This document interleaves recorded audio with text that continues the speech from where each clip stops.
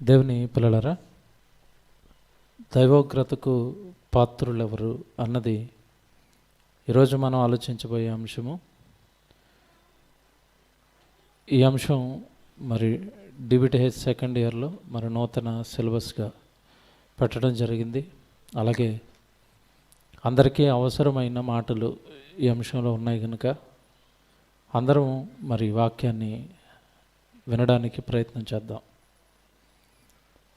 దేవుని పిల్లలరా, దైవోగ్రతకు పాత్రులెవరు అన్న ఈ అంశంలో రెండు పదాలు ప్రధానంగా మనకు కనపడతాయి. అదే దేవుడు, ఉగ్రత. తర్వాత దీనికి పాత్రులు, ఎవరు ఆ ఉగ్రతను పొందుకుంటారు అన్నది మనం ఈరోజు ఆలోచిస్తాం. భూమి మీద మానవులంతా ఎన్నో విషయాలు నేర్చుకున్నారు, కానీ దేవుడి విషయంలో సరైన జ్ఞానం లేదు అని చెప్పక తప్పదండి. కారణం ఏంటంటే, దేవుడు అనగానే ఈరోజు ప్రపంచం ఆయన మనసు ఏంటో గ్రహించక, ఆయన గురించిన భావోద్వేగాల మీద సరైన అవగాహన లేక, దేవుడు అనగానే కేవలం కాపాడేవాడిగా, దేవుడు అనగానే రక్షించేవాడిగా, దేవుడు అనగానే అవసరతలకు నమ్ముకునేవాడిగా ఒక పాత్రను తన మనసులో ఊహించుకుని అదే దేవుడి మనసు అన్న భ్రమలో ఈరోజున్న మానవ జాతి అంతా బ్రతుకుతుంది. దేవుడు అనగానే మనుషుల హృదయాలలో నింపుకున్నది ఇదే. ఆయన శాంతంగా ఉంటాడు, ఆయన మంచివాడు, దేవుడు అనగానే దయగలిగిన వాడు. ఇవన్నీ దైవ లక్షణాలే, కాదనటం లేదు. కానీ దేవుడు అనగానే ఇలా మాత్రమే ఉంటాడు అని ఒక రకంగా దేవుడి యొక్క మనసైన, దేవుడు హృదయంలో ఉన్న ఆవేదన ఈరోజు మనిషి అందుకోలేకపోయాడండి. ఈ అంశం నిజానికి దైవోగ్రతకు పాత్రులు ఎవరు అన్న మాటలు నిజానికి సంఘాలలో ఎక్కడ వినపడవు.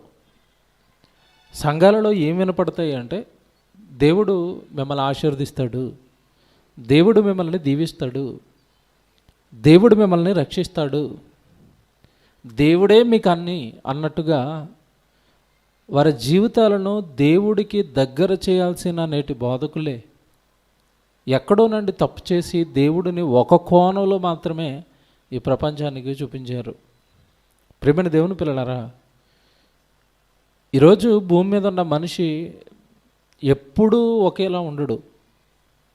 కాలాన్ని బట్టి, పరిస్థితులను బట్టి తన భావోద్వేగాలు అనేవి మారుతూ ఉంటాయి. కానీ దేవుడు అనగానే అలాంటి భావాలు ఏమీ లేనివాడుగా, ఎప్పుడు ఏమీ అననివాడుగా, ఎప్పుడూ ప్రేమించేవాడిగానే దేవుడిని ఈ సమాజం చూసింది. మీకు ఒక ఉదాహరణ చెప్తాను. ఈరోజు భూమి మీద ఉన్న మనిషి సాటి మనిషి పట్ల మంచి అవగాహనతోనే ఉన్నాడు. అంటే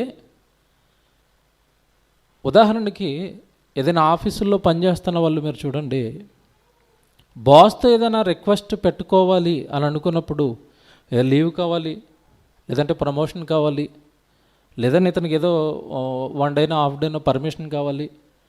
ఆ పర్మిషన్ కావాల్సినప్పుడు బాస్ దగ్గర చుట్టుపక్కల ఉండే వాళ్ళని ఒక మాట అడుగుతారు. ఏమడుగుతారు చెప్పండి? ఇప్పుడు ఆయన ఎలా ఉన్నాడు అని అడుగుతారు. అడుగుతారా అడగరా? పర్మిషన్ తీసుకోవడానికి వెళ్ళడానికి ముందుగానే ఆయన ఫీలింగ్స్ ఎలా ఉన్నాయి, ఆయన ఏ మూడ్లో ఉన్నాడు, ఇప్పుడు బాగున్నాడా, నవ్వుతున్నాడా, కోపంగా ఉన్నాడా? ఎందుకు ఇవన్నీ అడిగి వెళతారు చెప్పండి? అతడు కోపంగా ఉన్నప్పుడు మీరు లీవ్ లెటర్ పట్టుకుని వెళ్ళారనుకోండి, లీవ్ ఏమైపోద్ది? డస్ట్బిన్లోకి వెళ్తుంది లెటరు. కనుక లీవ్ పెట్టడానికి ముందుగానే ఆయన ఎలా ఉన్నాడో కనుక్కుంటారు, అప్పుడు వెళతారు. ఇది మన కుటుంబాల్లో కూడా జరుగుతుంది చూడండి. పిల్లలు ఏదైనా అడగాలనుకున్నప్పుడు మన కోపంగా ఉన్నప్పుడు అడుగుతారు చెప్పండి. వాళ్ళు రారా కన్నా బుజ్జి అని వాళ్ళతో ఆడుకుంటున్న టైంలో చూసేస్తారు వాళ్ళు దెబ్బ. ఏమని? డాడీ నాకు పలానాది బుక్ చేయవా అన్నాడు అనుకోండి. ఆ టైంలో ఎలా ఉంటుంది చెప్పండి మనసు? ఆ టైంలో కోపం వస్తుందా? ఏ మూడ్లో ఉన్నాం మనం? మంచి హ్యాపీగా ఉన్నాం కదా. సరేరా నాయన బుక్ చేయమంటావా, ఏం కావాలి చెప్పు, టక్ మన ఫోన్ తీయటం, వాడికి కావాల్సింది కొని ఇచ్చేయటం.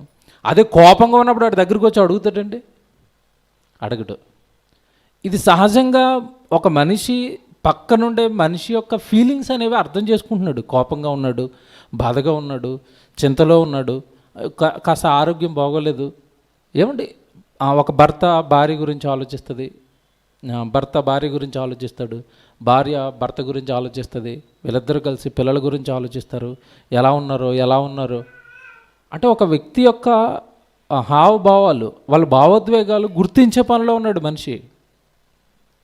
మనుషుల పట్ల ఇంత గొప్పగా ఉన్న మనుషులు అసలు దేవుడు అనగానే ఏ భావాలు లేనివాడిగా, ఎప్పుడు మనం ఏమడిగినా సరే ఇచ్చేయడానికి ఆయన రెడీగా సింహాసనం వేసుకుని కూర్చున్నవాడిగా దేవుడిని ఈరోజు ప్రపంచంలోనికి ఇంజెక్ట్ చేశారు కొంతమంది. దేవుని పిల్లలరా, అసలు బైబిల్లో దేవుడు ఒక మాట రాసాడండి.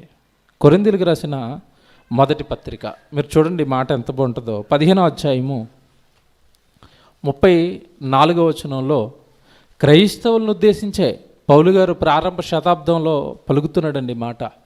అందరూ బైబిలు ఈరోజు చాలా జాగ్రత్తగా అందరూ బైబిల్ చూడాలి. కొరింథీయులకు రాసిన మొదటి పత్రిక 15వ అధ్యాయము ఏమండి 34వ వచనం.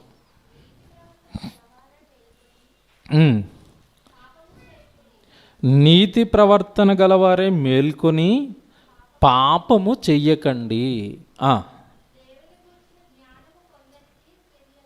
చూసారా ఇక్కడ ఏమంటున్నాడు చూసారండి? నీతి ప్రవర్తన గలవారే మీరు మేలుకొని పాపం చేయకండి, దేవుని గూర్చిన జ్ఞానము కొందరికి లేదు. తర్వాత వెంటనే అక్కడ ఏమంటున్నాడు? ఇదిగో మీకు సిగ్గు కలుగుటకై ఇట్లు చెబుతున్నాను, మీరు క్రైస్తవులు అయిపోయారు కానీ సంఘంలోనికి వచ్చారు కానీ మీకు ఏం తెలియదు అంటున్నాడు. దేవుని గూర్చిన జ్ఞానము కొందరికి లేదు. సంఘంలోనికి వస్తున్న వాళ్ళందరికీ దేవుడి గురించిన జ్ఞానం అనగానే దేవుడి వాక్యం, దేవుడి మనసు. జ్ఞానం అనగానే వాక్యం, వాక్యం అనగానే వాక్కు. వాక్కు ఎవరిది? దేవుడిది. వాక్కు ఎలా వస్తుంది? హృదయంలో నుండి వస్తుంది. అంటే దేవుడి మనసైన ఈ వాక్యం అందరికీ తెలీదు. ఈ వాక్యం తెలియకపోవటం వలన చాలామంది ఏ భ్రమలో ఉండిపోయారు అంటే, దేవుడు అనగానే మనం ఏం చేసినా క్షమించేవాడు అన్నట్టుగా ఫిక్స్ అయిపోయారండి. చాలామంది మైండ్లు అక్కడే ఉంటాయి. తప్పు మీద తప్పు, తప్పు మీద తప్పు, తప్పు మీద తప్పు చేస్తున్నారు. ఎందుకు చేస్తున్నారు అంటే, ఏం చేసినా కూడా దేవుడు మనల్ని ఏం చేయడు, ఏమి చేయడు, మనల్ని క్షమిస్తాడు. మనం ఏం చేసినా చూస్తూ ఊరుకుంటాడు. ఈరోజు బోధ కూడా అలాగే చేశారండి. బోధ కూడా అలాగే ఉంది. ఎందుకంటే నువ్వు మారు అన్న బోధ ఈరోజు మనిషికి ఎలాగో నచ్చదు. కనుక వాళ్ళు కూడా ఈ మానవుల మైండ్ సెట్లు ఎలా ఉంటాయో, విశ్వాసుల మైండ్ సెట్ ఎలా ఉంటుందో దానికి తగ్గ ప్రసంగాలు చేస్తున్నారు.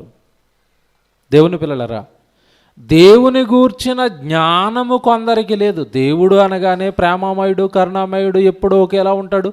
ఎవరు చెప్పారు ఇవన్నీ నీకు? బైబిల్ ఎప్పుడన్నా తెరిచి ఆదికాండం నుంచి ప్రకటన గ్రంథం వరకు చదివితే ఆ బైబిల్లో దైవ మనసు అనేది మనిషికి అర్థమయ్యేదండి. యూత్ మీటింగ్ స్టార్ట్ చేసాం. నేను యూత్ మీటింగ్లో ఒక కొత్త విషయాన్ని ప్రవేశపెట్టాం. ఏంటి అది అంటే, ప్రతి శనివారం మత్తయి సువార్త నుంచి ప్రారంభించాం. మొదటి 5 అధ్యాయాలు మీరు చదువుకుని రావాలి. 5 అధ్యాయాల మీద 10 ప్రశ్నలు ఉంటాయి. 10 నిమిషాలు పరీక్ష కండక్ట్ చేస్తాం. ఎందుకు చెప్తున్నాం ఇవన్నీ అంటే, యూత్లో దేవుడి వాక్యాన్ని నింపుతున్నాం. కారణం, దేవుడి మనసు అర్థమవుతుంది ప్రతిరోజు అలా బైబిల్ చదవగలిగితే. ప్రేమైన దేవుని పిల్లలారా, కనుక దేవుడు అనగానే ఒకలా ఊహించుకున్నారు, అలాగే ఉంటాడని భ్రమపడుతున్నారు. ఈరోజు మనం వినే ఈ వాక్యం ద్వారానండి దేవుడు కొంచెం మనకి ఈరోజు అర్థమవుతాడు. దేవుడు ప్రేమమయుడే, కాదంటం లేదు. ఎంత ప్రేమమయుడు అంటే, ఆ ప్రేమ ఎంతో చెప్పలేక బైబిల్లో ఒక మాట రాసి వదిలేసాడు. ఏమని రాశాడో తెలుసా? దేవుడు లోకమును ఎంతో ప్రేమించను అన్నాడు. ఇంక అంతేం కదా, అది ఎంతో అంటే నువ్వు దానికి వెల కట్టలేవు. ఎంత అని చెప్పడానికి మానవ మేధస్సు కూడా సరిపోదు. ఎందుకు సరిపోదు అంటున్నాను అంటే, దేవుడి ప్రేమ ఎంత అని చెప్పడానికి కొలవడానికి అవధులే లేవు. ఏమండి, ఈరోజున్న ఈ విశ్వం అండి ఎవరి కొరకు కట్టాడు చెప్పండి? దేవుడు మనిషి కోసం. మనిషి ఎంత ఉంటాడో అసలు విశ్వం ఎంత ఉందో మీరు ఆలోచించండి. మనిషి ఎంత చెప్పండి? మనం 6 అడుగులు ఉంటాం కనుక ఇల్లు కట్టేటప్పుడు మేస్త్రులు స్లాబ్ ఎంత ఎత్తేస్తారు చెప్పండి? మీరు 6 ఉంటారు కనుక పైన ఒక 3 వదిలేస్తామండి. 1 ఫీట్ ఫ్యాన్ దిగిన మధ్యలో 2 ఫీట్లు మీకు ఖాళీ ఉంటుంది కదా. ఇల్లు కట్టేటప్పుడు మేస్త్రి చెప్తాడు ఈ ప్లాన్, మీరు 6 ఫీట్లు అండి, పైకి ఒక 3 ఫీట్లు వదులుతాం, 1 ఫీటు ఫ్యాన్ దిగిన మధ్యలో 2 ఫీట్లు మీకు ఖాళీగా ఉంటుంది, చెయ్యి ఎత్తిన మీకు తగలకుండా ఉంటుంది. ఎవడు మనిషి 6 అడుగులు కనుక 9 అడుగులు స్లాబ్ వేసుకున్నాడు, ఇది నా ఇల్లు అని ఫిక్స్ అయిపోయాడు. మరి ఇప్పుడు 6 అడుగుల మనిషికి ఆకాశం ఎక్కడ ఉంది చెప్పండి? ఎక్కడెట్టాడు? ఎంత ఎత్తులో పెట్టాడు? అసలు ఆకాశం ఎక్కడ, భూమి ఎక్కడ, నక్షత్రాలు ఎక్కడ, మనం తింటున్న రుచులు మీరు ఆలోచించండి, మన చుట్టూ ఉన్న జంతువులు మీరు ఆలోచించండి, మన కళ్ళ ముందున్న రంగులు మీరు ఆలోచించండి. ఇన్ని రంగులు, ఇన్ని రుచులు, ఇన్ని జంతువులు, ఇన్ని కోట్ల నక్షత్రాలు, ఇంత పెద్ద అనంత విశ్వం, ఇది నా ప్రేమ, నా ప్రేమకి శాంపుల్ అన్నాడు. అదంతే. అసలు బైబిల్ బాగా మనం అర్థం చేసుకుంటే నా ప్రేమకి శాంపుల్ విశ్వం అన్నాడు. యోబు గ్రంథం మనం చదువుతున్నప్పుడు ఇవి మీ కంటికి కనబడుతున్నవన్నీ కూడా ఎలాంటివని చెప్పాడు అంటే, చిన్నగా వినపడే గుసగుస శబ్దం లాంటివి అన్నాడు. ఏవి? కనబడుతున్న సూర్యుడు, చంద్రుడు, నక్షత్రాలు, ఈ విశ్వాన్ని గురించి మాట్లాడుతూ ఆయన ఏమన్నాడంటే జస్ట్ అది చిన్న శాంపుల్ అన్నాడు. 60-70 సంవత్సరాలు మనిషి భూమి మీద ఉండడానికి తన ప్రేమకు శాంపుల్గా ఎంత మనం ముందు పెడితే అసలు ఆయన ఎంత ఉంటాడో, ఆయన ఉన్న పరలోకం ఎంత ఉంటుంది. ఇలా మనిషి ఎప్పుడు కూడా ఇంత తీవ్రంగా లోతుల్లోకి వెళ్ళి దేవుడి గురించి ఆలోచించకపోవటం వల్లండి దేవుడి ప్రేమ పూర్తిగా అర్థం కాలేదు, దేవుడి యొక్క ఉగ్రత, కోపం కూడా మనిషికి అర్థం కాలేదండి. ప్రేమైన దేవుని పిల్లలారా, దేవుడు అనగానే అసలు మనుషులుగా మనం పెద్దగా ఆయన్ని భయపడం, పెద్దగా మనం దేవుడు అనగానే ఏదో ఒక చిన్న చూపు మనకుంటుంది. కానీ యేసుక్రీస్తుల వారి కాలంలో యేసుక్రీస్తుల వారికి ఎదురుపడిన ఒకనాటి దేవదూతలు, దెయ్యంగా మారిపోయిన దేవదూతలు యేసుక్రీస్తుల వారిని చూసి గజ గజ గజ గజ వణికిపోయాయి. అలాగే దూతలు కూడా, పరలోకంలో ఉన్న దూతలు కూడా మనకంటే శక్తివంతమైనవి, మనకంటే బలమైనవి, మనలాంటి మట్టి ఘటాలు కాదండి అవి, సూపర్ పవర్స్, ఆత్మలవి. అలాంటి శక్తి కలిగిన దేవదూతలే అసలు దేవుడికి వణికిపోతూ దేవుడి ముందు నిలబడతాయి అవి. కీర్తనల గ్రంథం ఆ మాట చూపిస్తాను మీకు.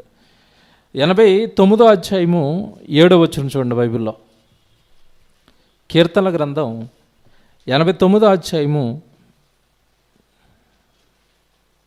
7వ వచనం అండి.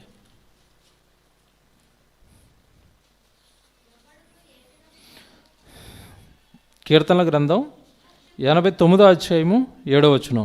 పరిశుద్ధ దూతల సభలో ఆయన మిక్కిలి భీకరుడు, తన చుట్టూ ఉన్న వారందరికంటే ప్రేమామయుడు అని ఉందా, భయంకరుడు అని ఉందా? అక్కడ చెప్పండి, ఏమనుంది చెప్పండి బైబిల్లో? తన చుట్టూ ఉన్న వారు అందరికంటే దేవుడు ఎలాంటి వాడంట? భయంకరుడు. ఆ పదం చూడండి ఎలా రాశాడు, భయంకరుడు. దేవుడు ఎవరంట? దేవుడు భయంకరుడు. ఇలా చెప్పారంట ప్రసంగం ఎప్పుడన్నా? ఎంత బాగుంటాయండి, స్వీట్గా ప్రేమామయుడు. నువ్వేం చేసినా పర్వాలేదమ్మా, నీ వెనకే దేవుడు ఉన్నాడు, నీతోనే దేవుడు ఉన్నాడు, మీ ఇంట్లోనే దేవుడు ఉన్నాడు, నీ ఆఫీస్లో దేవుడు ఉన్నాడు, నువ్వు ఎక్కడికి వెళ్ళినా నీ వెనకాల ఎవరున్నారు? ఇంకా ఆయనకి పనేం లేదు, ఈవెన్ ఫాలో అవుతూ ఉంటాడు. ప్రసంగాలండి మనుషుల్ని మాయ చేయడానికి. భీకరుడు, భయంకరుడు. దేవుడు అనగానే భయంకరుడు. గజ గజ గజ గజ వణికిపోతానే దేవదూతలు. యెషయా గ్రంథంలో మీరు చదువుకుంటారు 6వ అధ్యాయంలో. దేవదూతలు కొన్న 6 రెక్కలలో 2 రెక్కలనేమో కాళ్ళు మూసేసుకున్నాయి, 2 రెక్కలతో ముఖాన్ని మూసుకున్నాయి, 2 రెక్కలతో ఎగురుతూ ఏమంటున్నాయి అవి?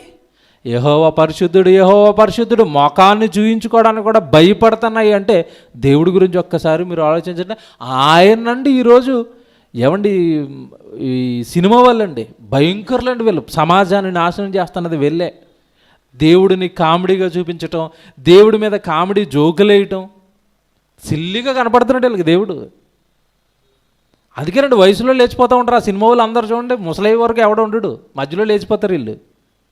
సమాజాన్ని నాశనం చేస్తున్నారండి, సమాజాన్ని పాడు చేస్తున్నారు. ఎందుకు కొంచెం లేపేస్తారండి, వయసులో ఉండగా లేచిపోతారు వాళ్ళు. దేవుడి మీద వ్యంగ్యంగా మాట్లాడడం, దేవుడి మీద కామెడీలు చేయటం, దేవుడిని చులకన చేసి చూపించటం. ఏమంటే ఆ మధ్యకాలంలో మీరు ఎప్పుడో, నేను పాతకాలంలో ఒక సినిమా వచ్చిందండి, ఒక హీరో చచ్చిపోయాడు. చచ్చిపోయిన తర్వాత నరకానికి వెళ్ళిపోయాడు. నరకానికి వెళ్ళిపోయిన తర్వాత ఆ నరకంలో శిక్ష వేస్తున్న దేవుడికే బురుడి కొట్టించి మళ్ళీ ఎక్కడికి వచ్చాడంటే, అంటే ఇక్కడ నా ఇష్టమే, అక్కడికి వెళ్ళిన తర్వాత కూడా నా ఇష్టమే. ఇలా మభ్య పెడుతున్నారండి. నరకానికి వెళ్ళిన తర్వాత డ్యాన్సులు వేయడం, ఆటలాడడం, పాటలాడడమా ఏముంటుంది అక్కడ? నరకానికి వెళ్ళిపోయిన తర్వాత పరిస్థితి ఎలా ఉందని రాశాడు బైబిల్లో. నరకమునవరి పురుగు చావదు, అగ్ని బా ఏడ్పు, పళ్ళు కొరకటం, బాధ భయంకరమని దేవుడు చెబుతుంటే ఎవడు దేవుడి మాటను ధిక్కరించి పక్కకు గెంటి ఈరోజు ఎలా చూపిస్తున్నారు చూడండి. చివరికి దేనికైతే మనిషి భయపడాలో నరకాన్ని కూడా వీళ్ళు కామెడీ చేశారండి. నరకం కూడా మనిషి చేతిలోనే ఉందన్నట్టుగా ప్రజలను మభ్యపెట్టేశారండి, కామెడీ చేశారు. ఇంక మనిషి దేనికి భయపడతాడు చెప్పండి? భూమి మీద తల్లిదండ్రులకు భయపడ్డు, పెంచిన తల్లిదండ్రులకు భయపడ్డు, ఏమండి గురువుకు భయపడ్డు, పనిచేస్తున్న పై అధికారికి భయపడ్డు, ఉన్న చట్టాలకి భయపడ్డు. ఇంక దేనికి భయపడతాడు? దేవుడిగా అసలు ఆయన్ని పట్టించుకోడు. దేవుడు అనగానే అవసరానికి గుర్తు, దేవుడు అనగానే మనకి ఏదైనా ఇబ్బంది వస్తే వెళ్ళాలి. ఇదండి ఈరోజు పరిస్థితి దేవుడి మీద. ప్రేమ దేవుని పిల్లలు ఎంత బాగా రాశాడు చూడండి. పరిశుద్ధ దూతల సభలో ఆయన మిక్కిలి భేకరుడు, తన చుట్టూ ఉన్న వారందరికంటే భయంకరుడు అండి దేవుడు. భక్తులని తప్పు చేస్తే విడిచిపెట్టలేదండి పాత నిబంధనలో. భక్తులు మోషే విడిచిపెట్టలేదు, దావీదు విడిచిపెట్టలేదు, సౌలు మొదటి రాజు తప్పు చేశాడు విడిచిపెట్టడండి. మనం ఏదో అలా గెంటుకుంటూ వెళ్ళిపోతున్నాం, ప్రభు అనుకుంటా తప్పండి. దేవుడు చాలా భీకరుడు, కోపం, భయంకరమైన కోపం. ప్రేమైన దేవుని పిల్లలరా, ప్రేమిస్తే ఎంత హత్తుకుంటాడో, ప్రేమిస్తే ఎంత అందరానికి ఎక్కిస్తాడో, ఆయన మాట మీరిన అవిధేయులను అదే అధపాతాలానికి తొక్కేస్తాడు దేవుడు. అంటే గొప్పవాడు, చాలా మంచోడండి. ఆయన మాట వింటారా? ఆయనకు లోబడతారా? ఆయనే జీవితంగా బ్రతుకుతారా? ఆకాశంలో చూపిస్తాడు మన జీవితాలని. లేదు నేను మారను, ఎన్ని ప్రసంగాలు చెప్పినా నా పరిస్థితి ఇదే అంటారా? తొక్కేస్తాడని. కనపడవండి జీవితంలో, ఈ ప్రపంచానికి కనపడవండి. ప్రపంచంలో మనకంటూ ఇంకొక చరిత్ర ఏముండదండి, ముగిసిపోద్ది అర్ధాంతరంగా. ప్రేమ దేవుని పిల్లలరా, ఈ విషయాన్ని ప్రపంచం గ్రహించలేకపోయిందండి. దేవుడు అనగానే ఏం చేసినా ఊరుకునేవాడు, దేవుడు అనగానే ఏదోలా అడ్జస్ట్ అయిపోయేవాడు. అప్పుడప్పుడు చూడండి, హైందవ సోదరులకి పెద్ద పుణ్యక్షేత్రం ఉంది. ఆ పుణ్యక్షేత్రంలో పెద్ద పెద్ద కట్లు, సూట్ కేసులు, పెద్ద పెద్ద బంగారాలు ముద్దల కింద పడిపోతాయి. ఎవరికి చెప్పండి, అది కష్టపడి సంపాదించడం అంత ముద్ద ఎక్కడి నుంచి చేస్తాడు చెప్పండి? అంటే వాళ్ళు ఆలోచనలు ఏంటి? మనం ఎంత పాపం చేసేసినా పర్లేదు, పట్టికలో ఒక ముద్ద వేసేస్తే దేవుడు సైలెంట్ అయిపోతాడు. మన దగ్గర కూడా అంతే చాలామంది. వద్దండి, పరిశుద్ధంగా పవిత్రంగా ఆయన కన్న కలలు పండించడానికి ఈ లోకానికి వచ్చిన మనిషి ఈ లోకంలో దేవుడికి అవిధేయుడైపోయాడండి. దేవుడి మాటలను ఒక పక్క వింటూనే ఆ మాటలను పట్టించుకొని వారిగా మారిపోయారు. అందుకేనండి సమాజం ఈరోజు అనుభవిస్తుంది. ఒకప్పుడు పరిస్థితులు చూడండి మానవుడివి, ఇప్పుడు పరిస్థితులు చూడండి మానవుడివి. బిక్కుమంటూ తన జీవితాన్ని గడపాల్సిన పరిస్థితిలోకి ఈ విశ్వం వెళ్ళిపోయింది. ఎంత హ్యాపీగా ఉన్నాడో, ఎంత ఆనందంతో బ్రతికాడో కరోనాకి ముందు. కరోనా తర్వాత ఎవరి ముఖాలలోనూ సంతోషం లేకుండా అయిపోయింది. కారణం నా ఇష్టం అని బ్రతికిన మనిషి నీ ఇష్టం కాదురా నా ఇష్టం అని ఉన్న ఈ 60-70 సంవత్సరాల కాస్త స్వాతంత్రాన్ని కూడా దేవుడు తన కోపంతో లాగేసుకున్నాడు తన చేతుల్లోకి. ఇప్పుడు దేవుడి ఇష్టం అంతా, దేవుడి ఇష్టం. కరోనాని తగ్గించడానికి ప్రపంచంలో ఏమీ లేదు, వదిలేడా మళ్ళీ సెకండ్ వేవ్. ఇంకా అసలు కనపడరండి. అప్పుడైనా 14 రోజులు ఇచ్చేది టైము, ఇప్పుడు ఎంత? 3 రోజులే. కనపడ్డాక వచ్చినట్టుగా కూడా తెలియదు. వచ్చినట్టుగా ఎప్పుడు తెలుస్తుంది అంటే చనిపోయే 2-3 గంటల ముందు తెలుస్తుంది నాకు కరోనా వచ్చింది. అప్పటికి ఆలస్యం అయిపోద్ది. హాస్పిటల్కి వెళ్ళినా ఎక్కడికి వెళ్ళినా వీడు భూమి మీద ఉండడు. ఎందుకునండి కాస్త అలా హోల్డ్లో పెట్టాడు. ఆ సెకండ్ వేవ్ స్టార్ట్ చేసి హోల్డ్లో పెట్టాడు. మారరా, పాపాన్ని మానుతారా, నా కొరకు బ్రతుకుతారా? దేవుడు ఉగ్రత అండి. దేవుని పిల్లలారా, ఇవేవి కూడా మనిషికి పట్టడం లేదండి. వచ్చినప్పుడు భయపడుతున్నాడు, తర్వాత విడిచిపెడుతున్నాడు, సుఖాలు అంటున్నాడు, సంతోషాలు అంటున్నాడు, తన జీవితాన్ని భయంకరంగా గడుపుతున్నాడండి. దేవుడు బైబిల్లో మాట రాశాడు. ఎవరి మీదకి రప్పిస్తానంటున్నాడు ఈ ఉగ్రత? ఎవరు ఈ దైవోగ్రతకు పాత్రులు? ఎవరు అసలు? దేవుడికి ఉగ్రత ఉందన్నది ఇప్పటి వరకు మనకు అర్థమైంది. అసలు ఈ ఉగ్రత ఎవరి మీదకి దిగుతుందో కూడా రాశాడండి బైబిల్లో. ఈ దైవోగ్రతకు పాత్రులు ఎవరు అనగానే బైబిల్లో ఒక చోట రాయించి పెట్టాడు. ఇదిగో ఇలాంటి క్యారెక్టర్ కనుక నీకు ఉందా, ఖచ్చితంగా నా ఉగ్రత నీ మీదకి దిగుతుంది అంటున్నాడు. ఎఫెసీయులకు రాసిన పత్రిక 2వ అధ్యాయము మనం అందరూ చదువుకుంటామండి. చాలాసార్లు చదువుకున్న వాక్యం ఇది. ఏమంటే ఎఫెసీ పట్టణం అన్యజనులు దేవుడి వాక్యాన్ని చెప్పి పౌలు గారు కష్టంతో ఈ సంఘాన్ని కట్టాడు. 2వ అధ్యాయానికి వచ్చేసరికి ఒక మాట మాట్లాడుతున్నాడండి. 3వ వచనంలో మీకు ప్రారంభ వచనం మీ అందరికీ తెలుసు.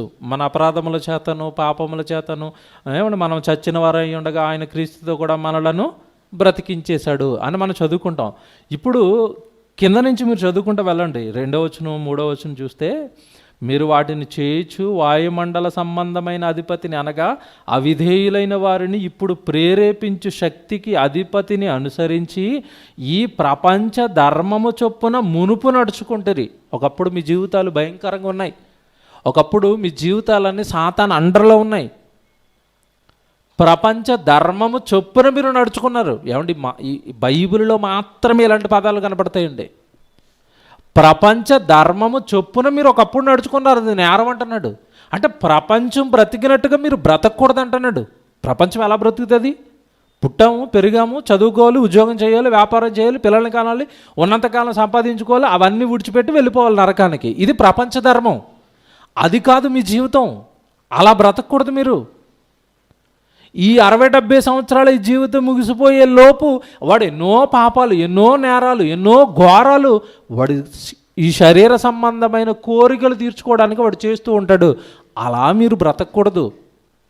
ఈ ప్రపంచ ధర్మము చొప్పున మీరు చెయ్యకూడదు. ఆ తర్వాత మాట చూడండి, ఇక్కడ 3వ వచనం నుంచి ఉంటుందండి అసలు విషయం. 3వ వచనం చాలా జాగ్రత్తగా చూడండి.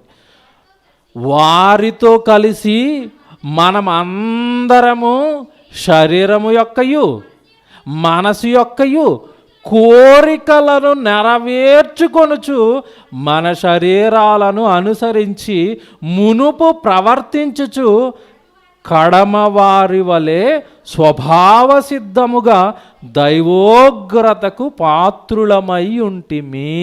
వచ్చింది చూడండి ఆన్సర్. దైవోగ్రతకు ఒకప్పుడు మనం పాత్రులమై ఉంటిమి. ఎలా? ఇదిగో ఈ ప్రపంచ ధర్మము చొప్పున పాపాలు చేస్తూ, వ్యభిచారాలు చేస్తూ, దొంగతనాలు చేస్తూ, తన శరీరం యొక్క కోరికను నెరవేర్చుకుంటూ, తన మనసు యొక్క కోరికలను నెరవేర్చుకుంటూ బ్రతికేశారు ఒకప్పుడు.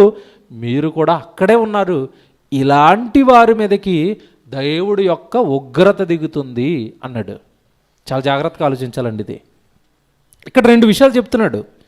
ఈ దేవుడు ఉగ్రత అనేది ఎవరి మీదకి దిగుతుందో 2 విషయాలు చెప్తున్నాడు అక్కడ. ఏంటా 2 విషయాలు అంటే, శరీరము యొక్కయు మనసు యొక్కయు కోరికలను తీర్చుకునే వారి మీదకి ఏం దిగుతుందంట? దేవుని ఉగ్రత. ఏమంటే ఈ విషయం చెప్పారా ఎంతకాలం? అసలు క్రైస్తవ్యానికి ఈ విషయం తెలుసా? మీరు ఆలోచించండి.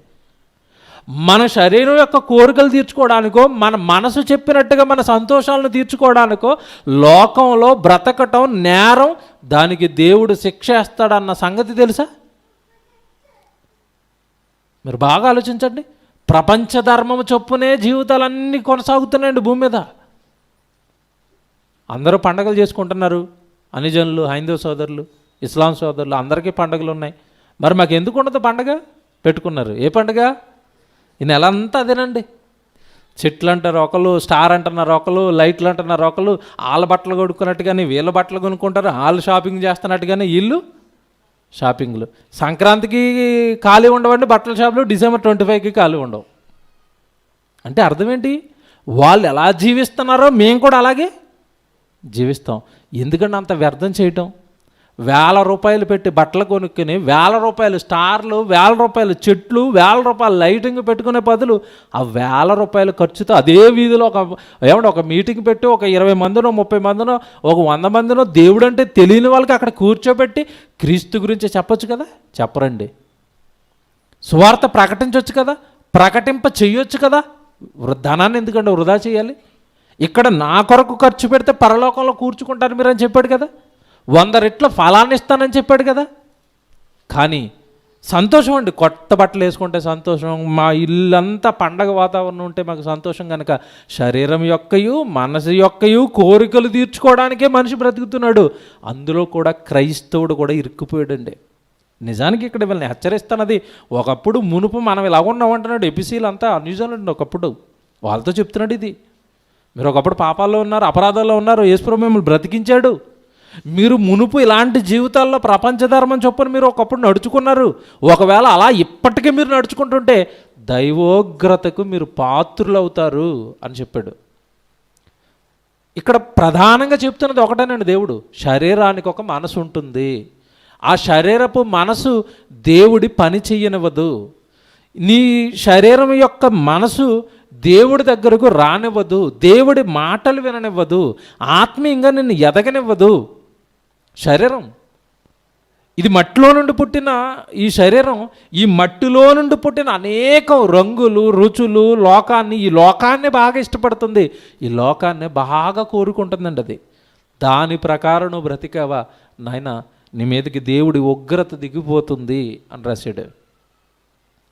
ఏమండి, నిజానికి మీకు ఒక బెస్ట్ ఎగ్జాంపుల్ చెప్తాను ఇది అర్థం కావడానికి. చైనాని మీరు చూడండి, వాళ్ళు కొన్నంత తిండి పిచ్చండి మరొక దేశానికి లేదండి. ఎందుకంటానండి ఈ మాట, మనం కాస్త చేపలు తింటాం, చికెన్ తింటాం, మటన్ తింటాం, అక్కడ వరకు ఆగిపోయాం మనం. వాళ్ళు అలా కాదండి, కుక్క కనబడితే కుక్కని తినేస్తారు, పిల్లి కనబడితే పిల్లిని తినేస్తారు, పురుగు కనబడితే పురుగుని తినేస్తారు, పాము వచ్చిందనేసరికి మన వాళ్ళు మంత్రగడ్డ దగ్గర పరిగెడతారు, వాళ్ళేమో కట్ చేసుకుని ఫ్రై చేసుకుంటారు. వాళ్ళు తేడా చూడండి వాళ్ళకి మనకి. పాము అనేసరికి అసలు మా వీధంతా పిలుస్తారండి, మా ఇంటికి పాము వచ్చింది, మా ఇంటికి పాము వచ్చిందని. అదే చైనా వాడైతే ఏం చేస్తాడు తెలుసా? తల కట్ చేస్తాడు, తోక కట్ చేస్తాడు, మధ్యలో ముక్కలు కూడా ఫ్రై చేసుకుంటాడు. ఏం వదిలేరు చెప్పండి వాళ్ళు. మీరు అప్పుడు చూశారు కదండి కరోనా టైంలో మొత్తం ఈ ప్రపంచ మొత్తానికి వాళ్ళు చేస్తున్న పాపాన్ని వీడియోల రూపంలో చూపించేసాడండి దేవుడు. వాళ్ళ మార్కెట్లు చూసాం కదండి అప్పట్లో వీడియోలు. ఏమంటే అక్కడే కుక్కలు ఉంటున్నాయి, అక్కడే పిల్లులు ఉంటున్నాయి, గబ్బిలాలు. అసలు గబ్బులు అనేసరికి మనకి అసలు దాన్ని చూడంగానే మనకి జలరిస్తూ ఉంటుంది. దాన్ని చూస్తేనే ఆ గబ్బులాలు సూప్ అంట, పచ్చి గబ్బులాన్ని మధ్యలో పెట్టుకుని సూప్ చేసుకుని తాగుతున్నాడు. ఏమంటే ఎలకలను వదలలేదండి. మీరు చూశారు కదా ఎలకల్ని, ఎలక పిల్లల్ని. మన దగ్గర గ్రామాల్లో చుంచులు అంటారండి, ఎలకలాగే ఉంటుంది. అది ఎలక కాదు, అది చుంచు అంటారు దాన్ని, మూతి పొడవుగా ఉంటుంది. ఆ చుంచును కూడా వదలలేదండి, వాళ్ళు దాన్ని ఫ్రై చేసుకుని తినేస్తున్నారు, మధ్యలో పుల్లెట్టి కాల్చుకుని తినేస్తున్నారు. జర్ను వదలరు, తేలును వదలరు, అసలు కళ్ళ ముందున్న దేన్ని వదలలేదండి. వాళ్ళు తినేశారు తినేశారు తినేశారు. తర్వాత మనకు తెలుసండి భయంకరమైన వైరస్లన్నీ వాళ్ళ దగ్గరే స్టార్ట్ అయ్యాయి. అంటే తినటంలో కూడా వాళ్ళు తినే స్టైల్, తినటం తప్పు కదండి, తినటం కూడా ఎలా తింటారు చెప్పండి. వాళ్ళు పచ్చివండి, పచ్చివి తినటం. ఆ తర్వాత అసలు దేవుడు బైబిల్లో రాసిన దానికి పూర్తి విరుద్ధం అండి వాళ్ళ తిండి. నాయన నువ్వు ఏదైనా జంతువుని తినాలనుకుంటున్నావా, దేవుడు ఒక కాజు రాశాడు, ఒక సూచన ఇచ్చాడు బైబిల్లో. ఏమన్నాడు తెలుసా?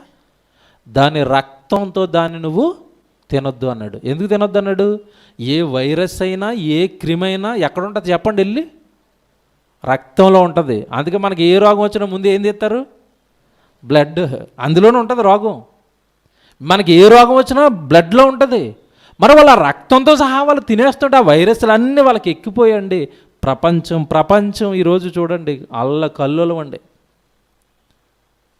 మీకు సంగతి చెప్తానండి, దేవుడి ఉగ్రత అండి, శరీర సంబంధమైన మనసు కలిగిన ప్రతి వారి మీదకి ఉగ్రత వస్తుంది. మీకు సంగతి చెప్తానండి, లోకంలో ఈ కోపానికి సంబంధించిన కొన్ని మీరు బాగా ఆలోచించండి. నేను చెప్పేవి, కోపం అనేదండి కొంతమందికి సాధారణంగా రాదండి. చాలా ప్రశాంతంగా ఉంటారండి, ప్రతిదాన్ని ఓర్చుకుంటారు, ప్రతిదాన్ని వాళ్ళు నెమ్మదిగా ఉంటారండి. కొంతమంది కొన్ని వ్యక్తులు ఉంటాయి. అలాంటి వ్యక్తిని చూసినప్పుడు చాలామంది ఏమంటారు తెలుసా, ఆయన దేవుడండి అంటారు. అంటారా అనరా చెప్పండి? ఎందుకు? ఏమన్నా కూడా ఎవరిని తిరిగి ఏమి అనడు, ఆయన దేవుడండి అంటారు. అంటే వీళ్ళకి ఆలోచన ఏంటి? ఏమనకపోతే అతను ఏమవుతారు? ఏమన్నా అంటే తప్పు చేస్తున్న వాళ్ళు, రే తప్పు అన్నాడు అనుకోండి, ఈ మంచోడు కదండి అంటారు. అంటే మనం ఏం చేసినా పడేవాళ్ళు ఎవరు చెప్పండి ఇప్పుడు? దేవుడు. మీకు సంగతి చెప్తాను, అలాంటి వాళ్ళు కూడా కోపం అవుతుంది అప్పుడప్పుడు. ఆ కోపం తట్టుకోగలవండి? ఆ క్యారెక్టరేనండి దేవుడిది ఈరోజు. అంతమాను ఏదో చిన్న చిన్నటికి కోప్పడ్డండి ఆయన. కోపం వచ్చిందా, ఇదిగోండి ఈరోజు ప్రపంచం అనుభవిస్తుంది. బిక్కు బిక్కు బిక్కుమంటున్నారండి. వచ్చిన తర్వాత హాస్పిటల్కి వెళ్ళినోడు వస్తాడో లేదో తెలియదు. ఇక హాస్పిటల్ నుంచి అటేనా ఇంటికి వస్తాడో లేదో తెలియదు. ఇది దేవుడి కోపం వస్తే. ఏమండి పాఠం, దైవోగ్రతకు పాత్రలు ఎవరన్నారు కదా. కోపం వేరండి, ఉగ్రత వేరు. కోపంలో హై స్టాండర్డ్ ఇదిక ఉగ్రత, ఉగ్రుడు. ఆ ఉగ్ర రూపమే ఈరోజు ప్రపంచం అనుభవిస్తున్న ఈ కరుడండి. మీరు చూడండి పరిస్థితులు ఎంత దారుణంగా మారిపోయాయండి. ఉద్యోగాలు పోయాయి. ఏమంటే పిల్లలు ఏదో సంపాదిస్తారని లక్షల రూపాయలు పెట్టి విదేశాల్లో చదువులు చదివించి ఉద్యోగాలకు పంపిస్తే వాళ్ళందరూ అమెరికా నుంచి, ఆస్ట్రేలియా నుంచి, అన్ని దేశాల నుంచి భారతదేశాన్ని ఎదుర్కొంటూ వచ్చేసారు వాళ్ళు. ఆ కరోనా టైంలో ఉద్యోగాలు పోయాయి, వ్యాపారాలు పోయాయి. ఏమండి భయంకరంగా ఆర్థిక వ్యవస్థ అంతా కుప్పకూలిపోయింది. కొన్ని దేశాల్లో తినడానికి తిండి లేదు. ఇదంతా ఏమండి, ఒకప్పుడు ఎంత ఆనందంగా ఉన్నారు, ఒకప్పుడు ఎంత బాగున్నారు. దేంటి చెప్పండి ఈ భయంకరమైన పరిస్థితికి కారణం ఎవరు చెప్పండి? మనిషి నానాటికి చేస్తున్న పాపాలు. లోబడడు, దేవుడి మాటకు అస్సలు లోబడ్డండి. ఎవరి మాటకైనా కాస్త విలువిస్తాడేమో కానీ దేవుడి మాటకి అస్సలు విలువ ఇవ్వటం లేదండి మనిషి. అందుకే దేవుని ఉగ్రత అనేది ఇలా మనకి మీదకి దిగుతుంది. అలాగే ఈ రోమపత్రికలో కూడా ఒక మంచి మాట ఉంటుంది. రోమిలకు రాసిన పత్రిక 9వ అధ్యాయం చూడండి. రోమపత్రిక 9వ అధ్యాయము 22వ వచనం చూడండి.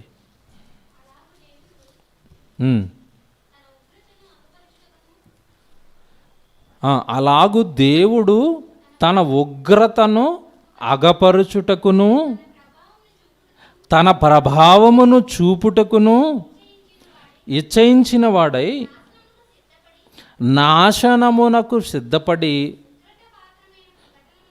ఉగ్రతాపాత్రమైన ఘటములను బహుదీర్ఘశాంతముతో సహించిననేమి. దేవుడికి కోపం ఉగ్రత అంటండి. ఉగ్రత వస్తున్నా కూడా ఈ ఉగ్రతకు సిద్ధపడిన ఘటాలను కూడా ఏం చేస్తున్నాడంట?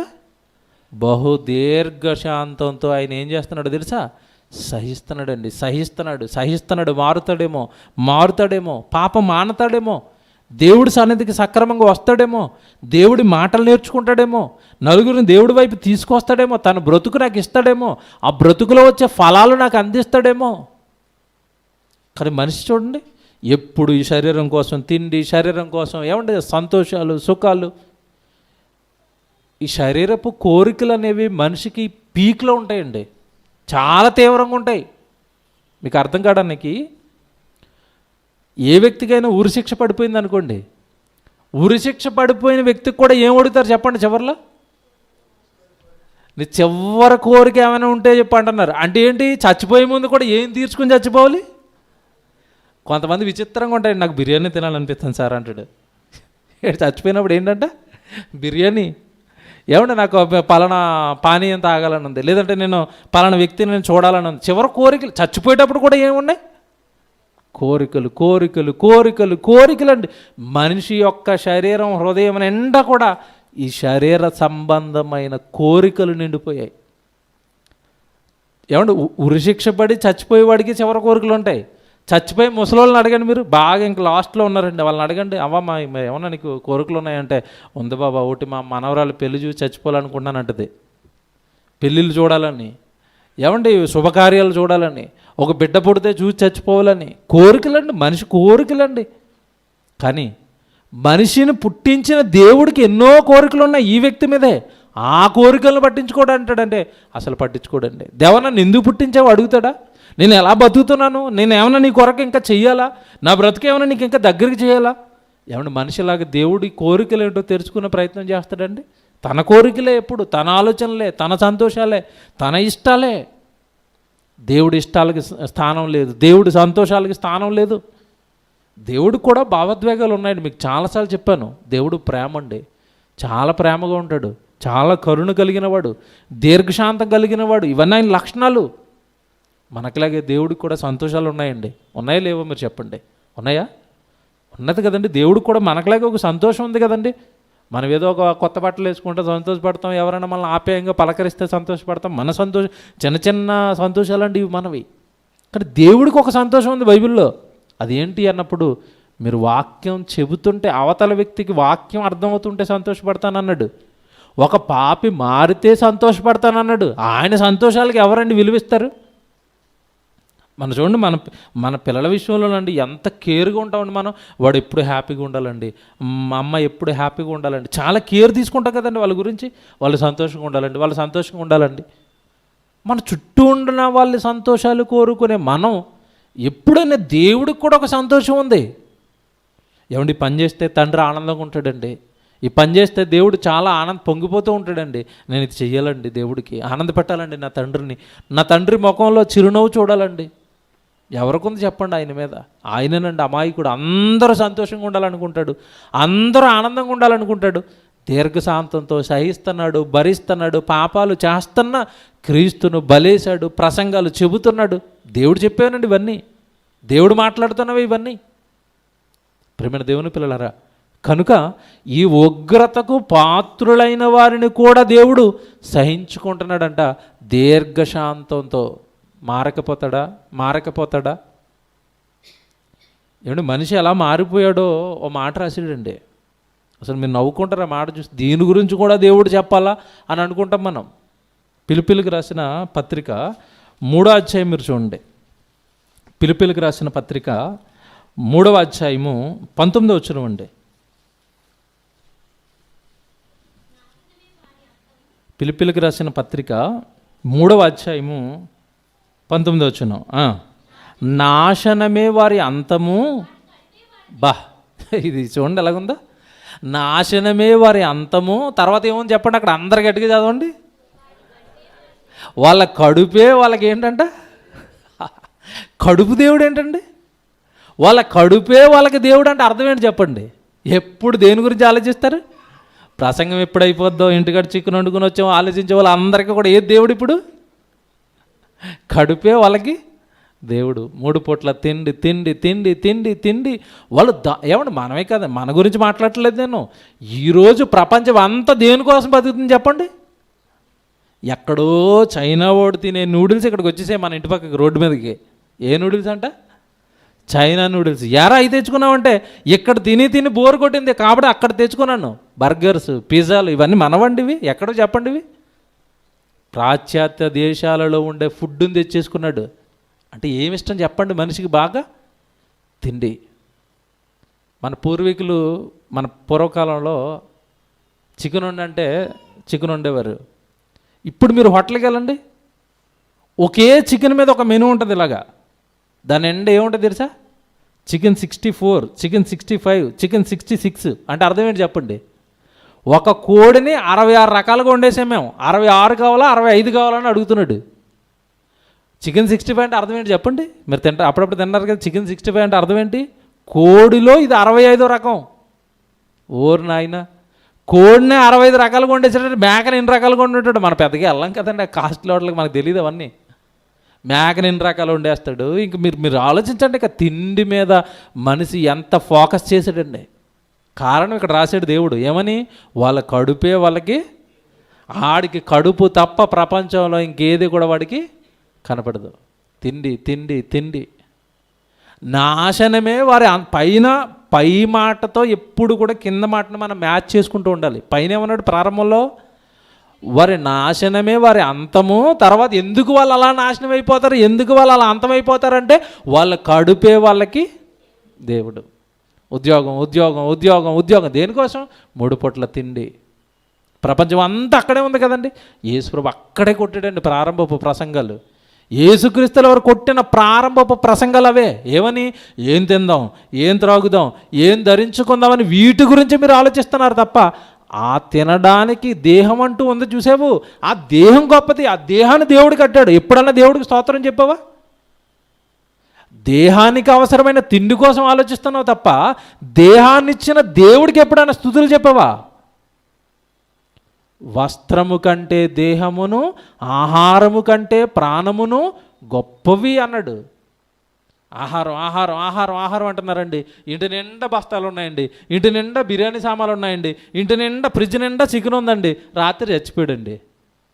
ఏం చేస్తారు చెప్పండి? అవన్నీ మీరు బాగా ఆలోచించండి. తిండి తిండి తిండి అంటే తినడానికి ప్రాణం ఉండాలి కదా. ప్రాణాన్ని ఉంచుతున్నది, ప్రాణాన్ని నీలో ఏమండి ఉండడానికి సహాయం చేస్తున్నది ఎవరు చెప్పండి? దేవుడండి. ఏమండి ఈరోజు కరోనా టైంలో చూడండి, మంత్రులు లేచిపోతున్నారు, ఎమ్మెల్యేలు లేచిపోతున్నారు, ఏమండి ప్రజాప్రతినిధులు లేచిపోతున్నారు. వాళ్ళ దగ్గర డబ్బులు లేవండి బాగు చేయించుకోవడానికి, ఉన్నాయి. కానీ డబ్బుతో ప్రాణాన్ని మనిషి నిలబెట్టుకోలేడండి. దేవుడు ఉగ్రతకు పాత్రలు అవుతున్నారు ఈరోజు దేవుని పిల్లలారా. కనుక దేవుడు అనగానే కేవలం ఎప్పుడు ఒకేలా ఉంటాడు, ప్రేమిస్తూనే ఉంటాడు. ఈ ఆలోచనలన్నీ తప్పండి.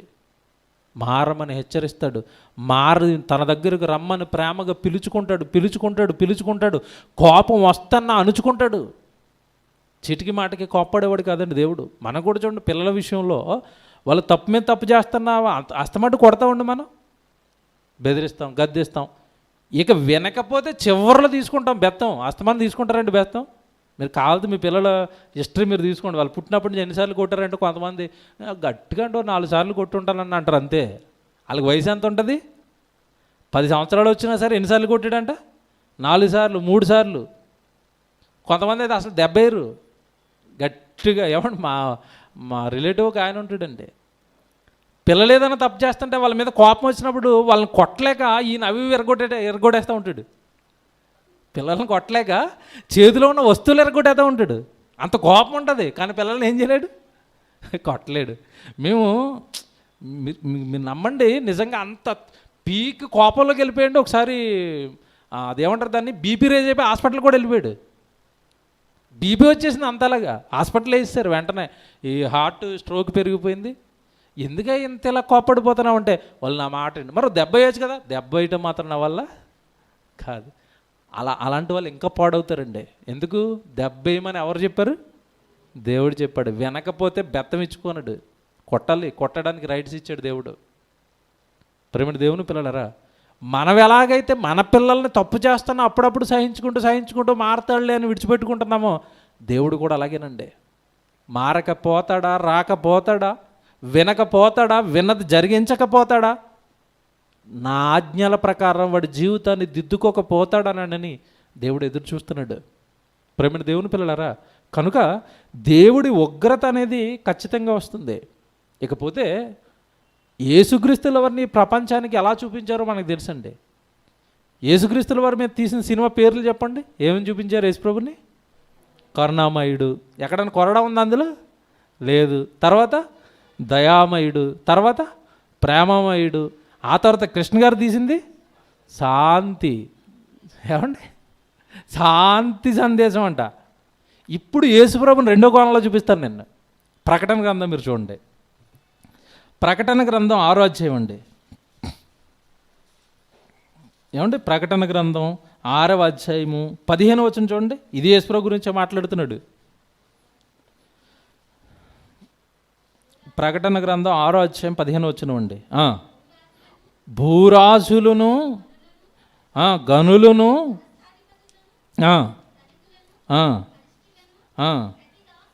ప్రతి దాసుడును, ప్రతి స్వతంత్రుడును, అదేనమ్మా చదవండి. బండ సందులలోనూ దాగుకొని సింహాసీనుడై ఉన్నవాని యొక్కయు గొర్రెపిల్ల యొక్కయు ఉగ్రత మహాదినము వచ్చెను. గొర్రెపిల్లకి ఏమొచ్చిందంట? ఉగ్రత. యేసుక్రీస్తుల వారికి ఉగ్రత. ఉగ్రత మహాదినం వచ్చింది. గొర్రెపిల్ల అనగానే ఎవరు చెప్పండి అక్కడ? యేసుక్రీస్తుల వారు. గొర్రెపిల్ల యొక్క చివరి మాటలు చూడండి ఏమనుంది అక్కడ. గొర్రెపిల్ల యొక్కయు ఉగ్రత మహాదినము వచ్చాను, దానికి తాళజాలిన వాడెవడు, దానిని తట్టుకునేవాడెవడు? దేవునికి ఉగ్రత వస్తే తట్టుకునేవాడు ఎవడండి? బైబిల్లోనండి పాత నిబంధనలో ఒక మాట ఉంటుందండి, అసలు నాకు టైం అవుతుంది. అక్కడ ఏమన్నదో తెలుసండి, దేవుడికి కోపం వస్తే బండలు బద్దలసిపోతాయని చెప్పాడండి. బండలు బద్దలసిపోతాయి దేవుడికి కోపం వస్తే. అంటే ఆయన కోపాన్ని అణుచుకోవడానికి కొండలను పగలగొట్టేస్తున్నాడంటే మీరు ఆలోచించండి. ఎంత మహాబలుడు, ఎంత శక్తిమంతుడు అండి దేవుడు. అలాగని కోపం ఎవరి వల్ల వస్తుంది మీరు బాగా ఆలోచించండి. ఏమండి, అగ్నిపర్వతాలను బద్దలు కొట్టేస్తున్నాడు, కొండలు తిరగబడిపోతున్నాయి, అంత మహాకోపం ఎవరి వల్ల వస్తుంది మనిషికి అంటే, దేవుడికి అంటే? ఏమంటే ప్రకృతిలో ఉన్న ప్రతిదీ సక్రమంగానే ఉంది. నీళ్లు తప్పు చేస్తాయండి? తప్పు చేయు. గాలి తప్పు చేస్తుందా? చేయదు. భూమి తప్పు చేస్తుందా? చేయదు. సూర్యుడు తప్పు చేస్తాడా? చెయ్యడు. పోనీ జీవరాశులు ఏమైనా తప్పు చేస్తాయా? ఏమంటే జీవరాశులు ఎంత మంచివంటే ప్రతి దినము ఆహారం కోసం పక్షులు ఎవరి వైపు చూస్తాయంట? దేవుడి వైపు. సింహపు పిల్లలు ఆహారం కోసం ఎవరి వైపు చూస్తాయని రాశాడు? దేవుని వైపు. సకల జీవరాశులు ప్రతి దినము దేవా దేవా దేవా అని దేవుడి వైపు చూస్తూ దేవుడిని స్తుతిస్తున్నాయి. కానీ మనిషి ఏ రోజైనా అంత హార్ట్ఫుల్గా దేవా అని పిలిచే వాళ్ళు ఉన్నారండి, ప్రేమగా అయింది. మీరు బాగా ఆలోచించండి. మేము హృదయపూర్వకంగా దేవా తండ్రి అని పిలిచే వాళ్ళు ఎవరున్నారు చెప్పండి? దేవుడి దగ్గర 2 గంటలు కూర్చోవడం కష్టం, ఒకరోజు దేవుడికి ఇవ్వడం కష్టం. హృదయపూర్వకంగా అమ్మ నా తండ్రి నా తండ్రి నా తండ్రి అని ఎవరి గుండె కొట్టుకుంటుందని చెప్పండి ఆయన గురించి. హార్ట్ఫుల్గా దేవా తండ్రి నాకు ఈ సాయం చేశారు దేవా వందనాలు, నన్ను బ్రతికించారు దేవా వందనాలు. పొద్దున్న లేవంగానే ఎవరండి ఇలాగ ఆయన్ని మనసారా తలుచుకుని వందనాలు చెప్పేది, స్తుతులు చెప్పేది. ఈరోజు ఇచ్చారు తండ్రి, ఈరోజు బయలుదేరుతున్నాను, కాస్త మీ పని ఏమైనా ఉంటే ఇవ్వండి తండ్రి, ఈరోజు మీ పని చేసుకుంటాను దేవా. ఎవరండి అలాగా తండ్రితో కనెక్ట్ అయ్యి ఆయన హృదయం ఆయనకి దగ్గర చేసి అడిగే వాళ్ళు ఎవరున్నారు చెప్పండి? అందుకే ఇక్కడ వస్తుంది కోపం. ఏ జీవరాశి వల్ల దేవుడి కోపం లేదండి. ప్రకృతిలో ఉన్నవన్నీ సక్రమంగా ఉన్నాయి, ఎవరి వలన దేవుడికి ఇబ్బంది లేదండి. ఇబ్బంది అలా ఎవరి వల్ల తెలుసండి? తన పిల్లలైన ఈ మానవ జాతి వలన. అందుకే కోపం. ఒకవేళ నాకు కోపం వస్తే దానికి తాళజాలిన వాడెవడు అంటున్నాడు. ఒకవేళ నాకు కోపం వస్తే పై చూశారు కదా ఎక్కడెక్కడికి వెళ్ళి దాక్కుంటారని చెప్తున్నాడు. పై వచనం మీరు చూడండి, భూరాజులను గనులను సహస్రాధిపతులను ధనికులను బలిష్ఠులను ప్రతి దాసుడును ప్రతి స్వతంత్రుడును కొండ గుహలలోను బండ సందులలోనూ దాక్కుంటారంట. దేవుడు కోపం వస్తే దాక్కున్నారా కరోనాకి? ఎక్కడో అక్కడ గప్చిప్పు చూడండి. అసలు ఎక్కడోళ్ళు అక్కడికి అయిపోయండి. ఏమంటే ఆ లోపల నుంచి ఆ టైంలో చూసారు, కరోనా పీక్లో ఉన్న టైంలో చూశారు కదా, ఏ రాజకీయ నాయకుడు బయటికి రావట్లేదండి, ఏ పెద్ద పెద్ద హోదాల్లో ఉన్న ఏ వ్యక్తి బయటికి రావట్లేదు. ఎక్కడోళ్ళు అక్కడ గప్చిప్పు రూముల్లో ఉండిపోయారు, దక్కుపోయారు. అలాగే మొన్న సెకండ్ వేవ్ స్టార్ట్ అయిన తర్వాత మీరు ఒక న్యూస్ చూసారు, ఏదో దేశం ఉందండి, అది ఆ దేశానికి సంబంధించిన ముఖ్యపట్నంలో ఈ సెకండ్ వేవ్ అనేది స్టార్ట్ అయిపోయింది. కరోనా చచ్చిపోతున్నారు 3 రోజులకే.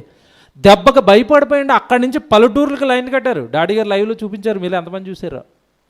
ఆ లైనే సుమారు కిలోమీటర్లు అండి, 100 కిలోమీటర్ల కార్లు లైన్లో ఉండిపోయినాయి. ఎందుకు? పట్టణం నుండి పల్లెటూర్లకు పారిపోతున్నారు వీళ్ళంతా. ధనికులే, డబ్బులు ఉన్న వాళ్ళే. ఎంత బారాసాడు చూసారా? దేవుడికి ఉగ్రత వస్తే, దేవుడికి కోపం వస్తే వాడు గనుడా సామాన్యుడా ధనికుడా పేదవాడా తేడా ఉండదు. అందరూ కూడా ఎక్కడికి వెళ్ళి దాక్కుంటారంట? బండ సందులలోనూ గుహల్లోనూ మీరు దాక్కోవాలి. నా కోపానికి మీరు తట్టుకోలేరు. నా ప్రళయానికి తాళజాలిన వాడెవడు, నా ఉగ్రతను తట్టుకునేవాడెవడు అంటున్నాడు కింద. ఆ తర్వాత మాట చూస్తే అక్కడ ఇంకో మాట ఉంటుందండి, ఆయన దానికి తాళజాలిన వాడెవడు, మీరు మా మీద పడి ఆయన సన్నిధికిని గొర్రెపిల్ల ఉగ్రతకును మమ్మను మరుగు చేయుడని పర్వతములతోనూ బండలతోనూ చెప్పుచున్నారు. అబ్బబ్బబ్బా, చూసారా? గొర్రెపిల్లకి యేసుక్రీస్తుల వారికి కోపం వస్తే దాన్ని తట్టుకోలేక దానిని తప్పించమని ఎవరిని అడుగుతున్నారంట? కొండలని ఏమండి బండలని. అవి ఏం చేస్తాయండి? ఆయనకి కోపం వస్తే అయ్యే వణికిపోతాయి. పర్వతములు వణుకును భూమి వణుకును అన్నాడు. యెహోవాకు కోపం వస్తే భూమే వణికిపోతుంది, ఇక పర్వతం ఎక్కడ కాపాడుతుంది మనల్ని? దేవుని పిల్లలారు ఏం రాశాడండి? ఎక్కడ దాక్కుంటాడు చెప్పండి ఇప్పుడు మనిషి? యేసుక్రీస్తుల వరకు ఉగ్రత, యేసుక్రీస్తుల వారు ఉగ్రుడవుతాడు. అవును, తండ్రి ఇష్టాన్ని నెరవేర్చడానికి లోకానికి వచ్చిన మనిషి శరీరపు కోరికలు తీర్చుకోవడానికి తన జీవితాన్ని అంతా ఖర్చు పెడుతుంటే ఎన్నిసార్లు అండి పిలుస్తున్నాడు, రండి రండి రండి, మారండి, దేవుడి కొరకు బ్రతకండి. దేవుని పిల్లలారా, కనుక ఉగ్రుడయ్యే అవకాశాలు దేవుడికి చాలా ఉన్నాయండి. ఇంకో మాట కూడా చూపిస్తాను. ఏమంటే ఎపిసీలకు రాసిన పత్రిక ముగించుకుందాం. ఇక ఎపిసీలకు రాసిన పత్రిక 5వ అధ్యాయము 4 నుంచి చదువుదామండి.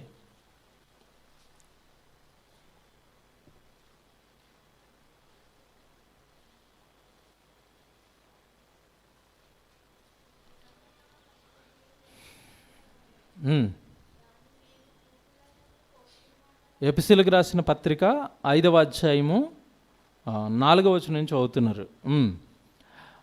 కృతజ్ఞతావచనమే ఉచ్చరింపవలెను గాని మీరు బూతులైనను పోకిరి మాటలైనను సరసోక్తులైనను ఉచ్చరింపకూడదు. క్రైస్తవుడి నోట ఇవి రాకూడదు.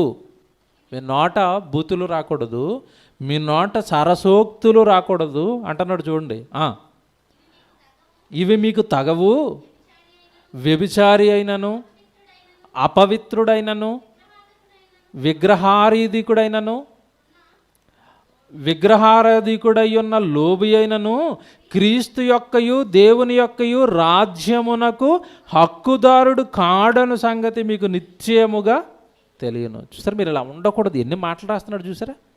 ఈ క్యారెక్టర్, ఈ లక్షణాలు, ఈ బూతులు, సరసూక్తులు, పనికిరాని చెత్త చెదారం ఎవరి దగ్గర ఉంటుందంటే అది అన్యుల దగ్గర ఉండేది, దేవుణ్ణి ఎరగని వారి దగ్గర ఉండేది.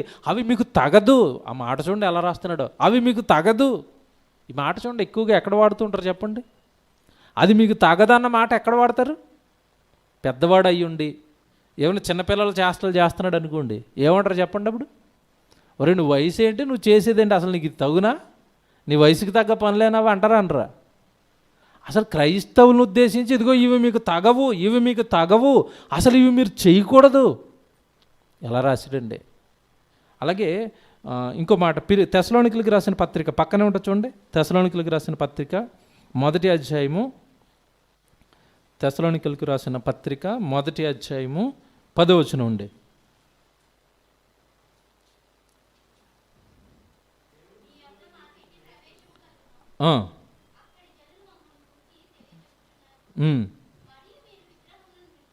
ఇక్కడ నుంచి చూడండి. మరియు మీరు విగ్రహములను విడిచిపెట్టి జీవము గలవాడును సత్యవంతుడునగును దేవునికి దాసులగుటకు దేవుడు మృతులలో నుండి లేపిన యేసు అనగా రాబోవు ఉగ్రత నుండి మనలను తప్పించుచున్న ఆయన కుమారుడైన యేసు పరలోకము నుండి వచ్చునని ఎదురు చూచుటకును మీరిలాగు దేవుని వైపునకు తిరుగుతురో ఆ సంగతి వారే తెలియజేయుచున్నారు. చూసారా, దేవుని ఉగ్రతను తప్పించడానికి యేసుక్రీస్తుల వారు వస్తున్నారు. ఏమంటే మన జీవితకాలంలో దేవుడికి అవిధేయులంగా, దేవుడికి తిరుగుబాటుదారులంగా మనం ఉన్నప్పుడండి, ఏమంటే శిక్ష, ఆ ఉగ్రత అనేది ఈ భూమి మీద మన జీవితకాలంలోనైనా రావచ్చు, లేదా ఈ జీవితకాలంలో తప్పించుకుంటే ఖచ్చితంగా మరణం తరువాత మాత్రం ఆ ఉగ్రతకు మనమంతా పాత్రలం అయిపోతాం. అది తప్పించడానికే యేసుక్రీస్తుల వారు లోకానికి వచ్చి ప్రాణం పెట్టి రక్షించుకొని వాక్యం చెప్పి పరిశుద్ధులు చేసిన తరువాత కూడా ఏమన్నా మన జీవితాలు ఏమైనా మారక దేవుడికి దగ్గరగా లేకుండా ఉన్నాయా? ఈ మాటలు మాత్రం జాగ్రత్తగా మనసులో పెట్టుకోండి. వాక్యాలండి ఇవన్నీ, బైబిల్లో మన కన్న తండ్రి మనల్ని ప్రేమించి రాయించిన మాటలండి ఇవన్నీ. వద్దునైనా, నేను తప్పించడానికి నా కుమారుడిని బలేశాను నీ కొరకు, ఆ ఉగ్రతలోకి నువ్వు వెళ్ళకూడదని నీ మీద ఎంతో ప్రేమ చూపించాను, అయినా మారక అవిధేయతలో ఉండిపోయావా? ఏమండి, కొన్ని లక్షణాలు కూడా దేవుడు బైబిల్లో చెప్పాడండి. ఒకసారి రోమీలకు రాసిన పత్రిక ముగించేస్తాను. ఇక అంటే ఈ ఉగ్రతకు కారణమైన వాటిలో కొన్ని లోపాలు కూడా బయటపెట్టాడండి. ఇగో వచ్చిన తర్వాత కూడా నీ జీవితంలో ఏమైనా ఇలాంటి లోపాలు ఉంటే గనక సరి చేసుకోమని కూడా రాస్తున్నాడు. 1వ అధ్యాయము 18వ వచనం అండి. రోమపత్రిక 1వ అధ్యాయము 18 వచనం కూడా చూడండి. రామపత్రిక 1వ అధ్యాయము 18 వచనం. దుర్నీతి చేత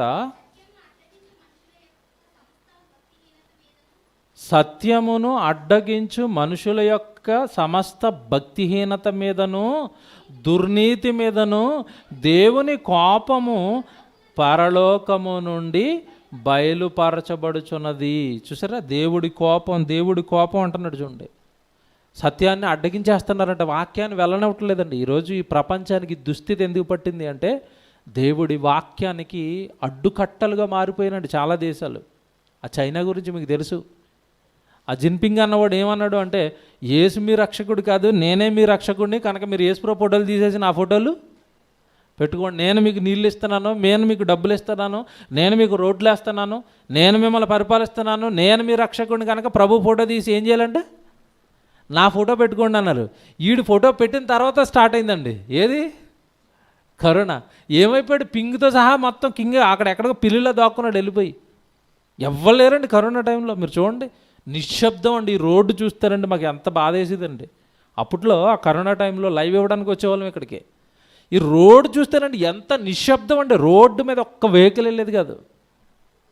దేవుని పిల్లలారా, దేవుడు ఉగ్రత, దేవుడు కోపం వస్తే అలా వస్తాయి పరిస్థితులు. మన చేతుల్లో మన జీవితం ఉండదండి. ఇక చాలామంది చూడండి, దేవుడు చక్కబెట్టుకోవడానికి అవకాశం ఇచ్చినంత కాలం దాన్ని వృధా చేసుకుంటారండి.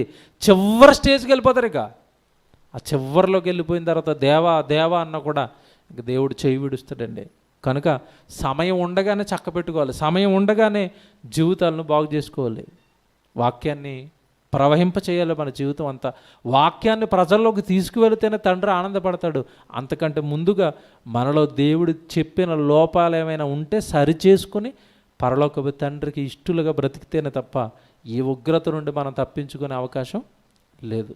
కనుక దేవుని ఉగ్రతకు పాత్రులు ఎవరు?